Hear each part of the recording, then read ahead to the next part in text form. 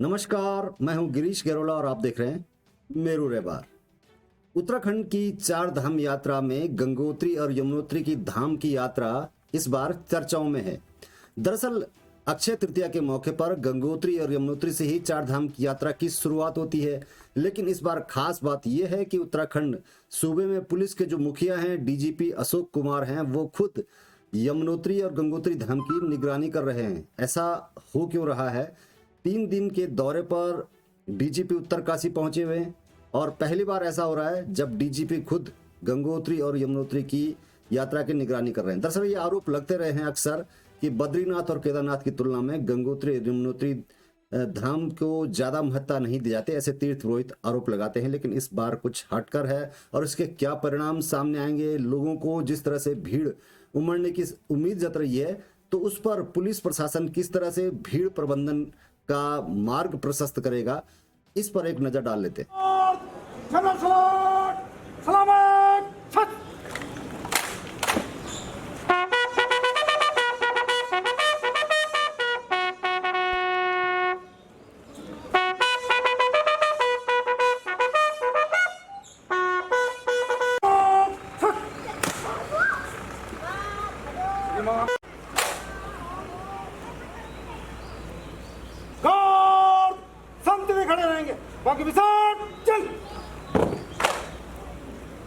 चार धाम यात्रा में इस बार उमड़ने वाली श्रद्धालुओं की भीड़ भले ही पर्यटन कारोबारियों के चेहरे पर उम्मीद की किरण जगा रही है, वहीं पुलिस प्रशासन के माथे पर चिंता की लकीरें भी साफ देखी जा सकती हैं। 2 वर्षों तक कोरोना के चलते बंद पड़ी पर्यटन गतिविधियों के बाद इससे जुड़े कारोबारियों को इस साल घाटा पूरा होने की उम्मीद है। वहीं सीमित संसाधन के बीच पर्यटकों की भीड़ को व्यवस्थित करना पुलिस के लिए चुनौती बनी हुई है।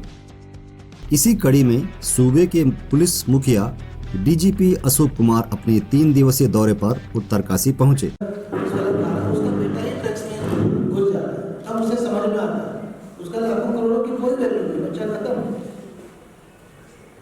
तो ऐसा क्राइम से जनित कोई जो आदमी कभी करप्शन में उलझेगा तो वो समझ लीजिए उत्कृष्ट कम है, उसको कहीं दुनिया में कहीं सरगति नहीं मिली। तो इसको आप लोग कसम खा लें कि जो है ड्रग्स को हर से काट के फेंकना है, वो हमारा प्रयास करना चाहिए। और इसका नेक्स्ट स्टेज पे भी हैबिटेशन जो आपने बोला है। दरअसल उत्तराखंड की चार धाम यात्रा के 2 प्रमुख पड़ाव गंगोत्री और यमुनोत्री उत्तरकाशी जिले में ही पड़ते हैं। उत्तराखंड सरकार ने चार धाम यात्रा शुरू होने से ऐन वक्त पहले उत्तरकाशी के डीएम और एसपी का ट्रांसफर करवा दिया। चार धाम यात्रा की शुरुआत अक्षय तृतीया पर गंगोत्री और यमुनोत्री के कपाट खुलने के साथ ही शुरू हो रही है। लिहाजा सूबे के डीजीपी अशोक कुमार अपने 3 दिवसीय दौरे पर उत्तरकाशी जिले में ही मौजूद रहकर यात्रा व्यवस्थाओं पर नजर रखेंगे। रविवार शाम को उत्तरकाशी पुलिस लाइन में गार्ड सलामी लेने के बाद डीजीपी ने नगर के विभिन्न संगठनों से जुड़े लोगों से पुलिस व्यवस्था के संबंध में सुझाव मांगे। ज्यादातर लोगों ने युवा पीढ़ी को नशे की दुनिया में जाने पर चिंता व्यक्त की, साथ ही ट्रैफिक व्यवस्था पर कारगर कदम उठाने की बात भी कही।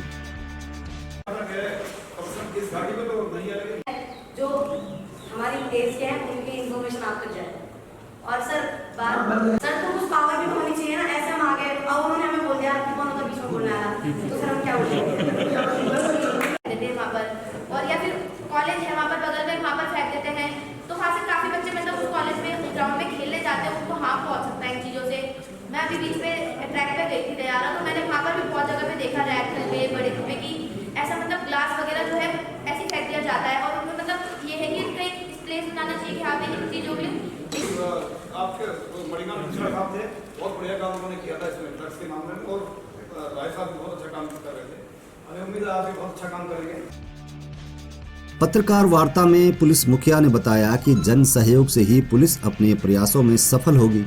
उन्होंने बताया कि पर्यटकों की सुविधा के लिए पर्यटन पुलिस काम कर रही है, साथ ही पुलिस के जवानों से और अधिक बेहतर काम लेने के लिए उनके काम के घंटे तय करने के साथ ही सप्ताह में 1 दिन आराम करने का फॉर्मूला भी अपनाया जा रहा है। देंगे और सभी पुलिस को पब्लिक को सबको सहयोग आपस में मिल करके चलना होगा, संयुक्त रणनीति बनानी होगी। पूरा प्रयासरत है कि बिल्कुल भी इसको उड़ता उत्तराखंड नहीं बने। यात्रा को लेकर क्या कुछ चुनौतियाँ? यात्रा की चुनौतियाँ हैं, ट्रैफिक है सबसे बड़ी चुनौती, फिर आपदा तो हमेशा रहती ही है, खासकर मानसून सीजन में। हमने पूरी तैयारी कर ली है और पूरा प्रयास रहेगा कि जो है कहीं ट्रैफिक में कोई जाम न लगने पाए, बड़े जाम। ट्रैफिक के लिए बता था ना, पर्यटन पुलिस का एक कॉन्सेप्ट आया था, उस पर कुछ काम हुआ है किस तरह? पुलिस हमने लगाई है, उसका पर्पस ट्रैफिक तो माइनर है, मेजर पर्पस उसका ये है कि जो टूरिस्ट आ रहे हैं उसको जानकारी दे सकें, उसके साथ व्यवहार अच्छा हो, उसे लोग पूछने में कोई संकोच न करें और टूरिस्ट की वो मदद कर सकें, ये उसका है। सर सारा आउटपुट आपने पुलिस से ही लेना, जिस तरह से बात आ रही थी, और आपने कहा था पुलिस में बदलाव की बात करी थी कि 8 घंटे ड्यूटी एक दिन वीक, उसका कितना आगे कितना बढ़ पाया सर ये कॉन्सेप्ट? पुलिस में ये हमने जो कोशिश की है कि उसको कम से कम एक हफ्ते में एक दिन का रेस्ट मिल जाए, उसकी जो बैरक है वो व्यवस्था अच्छी हो, जो गाड़ी मिले उसको अच्छी, तो ये प्रयास हमारा चल रहा है पुलिस जन की वेलफेयर का। वेपन्स भी हम उसको बड़ी राइफल की बजाय शॉर्ट वेपन दे रहे हैं और वो काफ़ी सफल हुआ है। सर एक समय था जब 3-4 साल पहले की बात कर रहा ना कि मोबाइल फ़ोन गायब रहते थे, EMI नंबर भी मिलता था, नहीं मिल पाता था। आज के टाइम में कि छोटी छोटी चीज़ें भी, कुदाल फावड़े भी आप बरामद हो रहे हैं, तो क्या लगता है कि ऊपर से सिस्टम ठीक हो गया इसलिए काम हो रही है, पुलिस अच्छा काम कर पा रही है? नहीं, देखिए उसके लिए हमने पुलिस एक मिनट थोड़ा जी, पुलिस की एफिशिएंसी बढ़ाने के लिए हमने वर्कआउट रेशो पे बहुत जोर दिया है जी। और इंडिया में टॉप पे है उत्तराखंड पुलिस। 80% प्लस केसेज हम वर्कआउट कर रहे हैं, इसीलिए ये है कि हमारा पूरा प्रयास रहता है कि कोई क्राइम होता है तो जरूर वर्कआउट करें। आप स्विट्जरलैंड जाके आइए, आपको कुछ भी मतलब इतना स्मूथ है सब कुछ कि सब कुछ आराम से होगा, कहीं भी अड़चन ही नहीं किसी भी तरह, बुकिंग से लेकर के रहने से लेकर खाने पीने से लेकर सब कुछ। तो आपको लगेगा अरे तो हेवन है, स्वर्ग है। आपने यहाँ देख लो, हर चीज़ में अड़चन ही अड़चन, चाहे वो बुकिंग हो, चाहे फिर वो हेलीकॉप्टर बुकिंग हो, चाहे वो हर जगह प्रॉब्लम है, उसकी भीड़ है ना, भीड़ इतनी ज़्यादा है कि सारा सिस्टम ओवरलोडेड है। इसी तरह पार्किंग ओवरलोडेड है, सड़कें ओवरलोडेड है, जाम लगते हैं, तो बेचारा आदमी इंजॉय करके क्या करे, तो परेशान होते जाता है ना। अगर कोई आदमी 4 घंटे जाम में फंस जाए तो वो आदमी कितने को मिलाना